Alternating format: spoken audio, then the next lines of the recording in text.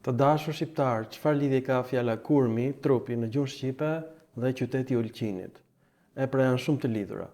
Fjala kurmi në gjuhën shqipe është me origjinë nga arbreshët e Italisë. Dhe ata e kanë marrë nga helenishtja. Kormos i thon trupit. Por në fillim ka pasur kuptimin e trupit të prerë të një peme, e trungut. Dhe pastaj, në ishullin Delos, ka lindur diminutivi kormion, një lloj si ulkinion në gjuhën shqipe. Emri Ulqinit është emër për këdhelës të dashur shqiptar. Dhe ulkinion është bërë ulkini në shqip, e regjistruar në latinisht me 100%, dhe kormion, që do thot trungi prerë, ka marrë kuptimin e trupit të njeriut në gjuhën helene dhe në shqip. Dhe është bërë kurmi, është reduktuar kjo në helenisht, nën influencën e shqipes. Pra në gjuhën helene ka ndodhur të njëjtat ndryshime fonetike që në shekullin e 4 të erës sonë të dashur shqiptar, në periudhën kur u zhduk perandoria romake nga përmbytjet gote. Në atë moment është regjistruar në latinisht ulkini, emri i Ulqinit. Pra ka ndodhur në veritë e Ilirisë i njëjti fenomen, ulkini nga ulkinion, që do thot djali i ujkut. Këlysh i ujkut është ulkinion, është për ulqini. Ky është Apollo ujk, ulkinion, të dashur shqiptar, ju betohem për atë Zot që është në qiell. Në fjala kormion, trupi i njeriut, bëhet kormi në gjuhën helene në shekullin e 4. Një lloj si ulkini, ndërsa në gjuhën e arvanitasve kjo bëhet kurmi, të dashur shqiptar. Kështu mbarojnë të gjithë emrat mashkullor në shqip, në trajt të shquar. Tani ky është zbulimi më i rëndësishëm për gjuhën shqipe. Është kaq i rëndësishëm sa që i nxora nxënësit për jashta për ta regjistruar këtë film, dhe ato ishin të tmerruar çfarë po ndodh. Pra këtë zbulim e kanë bërë gjatë mësimit. Gjatë mësimit i nxora nxënësit jashtë, isha kaq i lumtur, desha ta regjistroj me shpejtësi. Po gjë më e bukur është kjo. Fjala kormos, për nga vjen kormion, për nga erdhi kormi, për nga erdhi kurmi në gjuhën shqipe, pra kormos, ka të njëjtën origjinë si fjala shqipe kor. Dhe në gjuhën shqipe, fjala kor është regjistruar në dialektin e veriut kuar. Pra, oja ka dhënë u në gjuhën gege. Po ashtu, kormi në gjuhën helene ka dhënë kurmi në gjuhën arbreshe. Po dëgjoni zhurmën e karrikeve, të gjithë janë të habitur, të gjithë janë të tmerruar, të gjithë nxënësit. Ky është zbulim shumë i madh. Tani shikojeni se si është bërë ky zbulim. Ta shikojmë në monitor. Të dashur shqiptar, kjo që po shikoni para syve tuaj ka përcjell imagjinatën njerëzore, sepse fjala shqipe hirë ka ardhur me të njëjtën origjinë si fjala shqipe shkier, që në gjuhën helene është keiro, do thot me pre. Kjo ka dhënë fjalën shqipe kor, një lloj si fjala helene kormos. Kjo është bërë kuar në gjuhën e gegëve.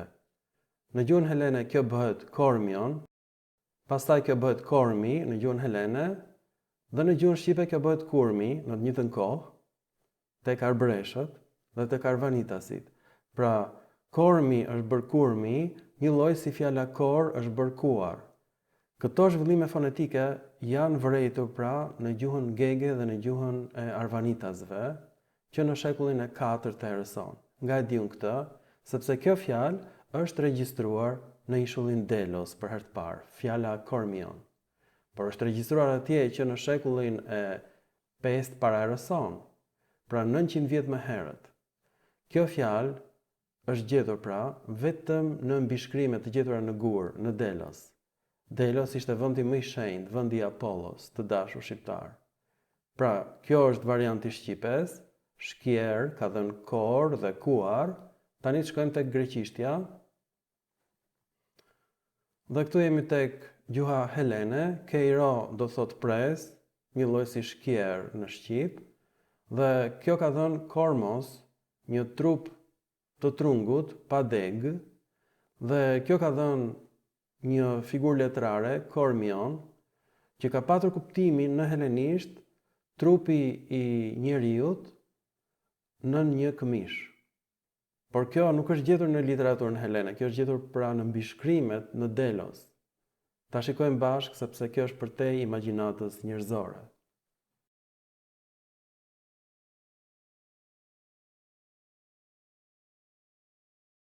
Pra ja ku e kemi fjalën kormi në helenisht, që vjen nga kormion, për herë të parë.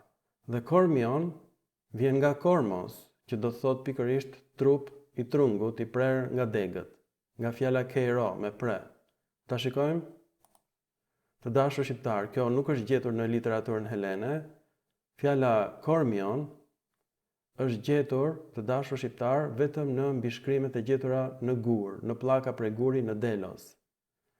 Prandaj, kjo ka ardhur në gjuhën koine, në Athinë, aty ku ishin arvanitasit, në Shqip është bërë kurmi, dhe në gjuhën helene kjo është kormi. Ta shikojmë? Të dashur shqiptar, kjo është përtej imagjinatës njerëzore. Fjala kormi në Wikipedia nuk është sqaruar.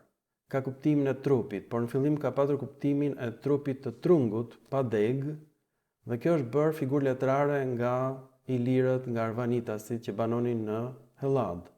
Ju betohem. Fjala kurmi vjen nga diminutivi ose fjala përkëdhelëse kormion, një lloj si ulkini nga ulkinion.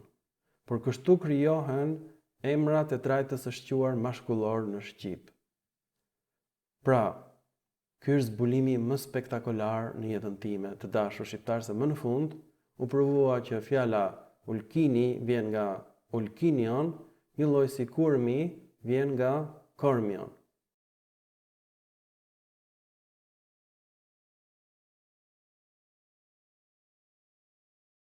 Tani të gjithë studentët janë shumë të tmerruar nga ky zbulim, sepse kjo tregon se sa afërt është shqipja me helenishten, të dashur shqiptar, dhe kjo tregon që ilirët kanë folur helenisht.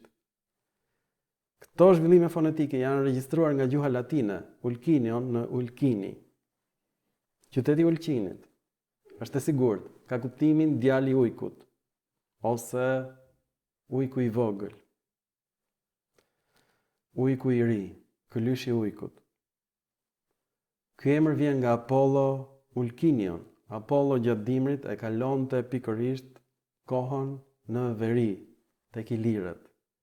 Zbutej periudha e dimrit, fuqizohej dielli dhe Apollo kthehej pikërisht në Hellad, përsëri nga ilirët.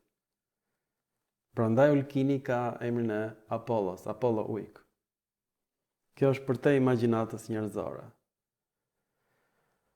Pra, e gjithë shkolla është ndezur, të gjithë janë të habitur nga ky zbulim madhështor që unë e bëra krejt rastësisht, më doli në mendje, domethënë, gjatë mësimit.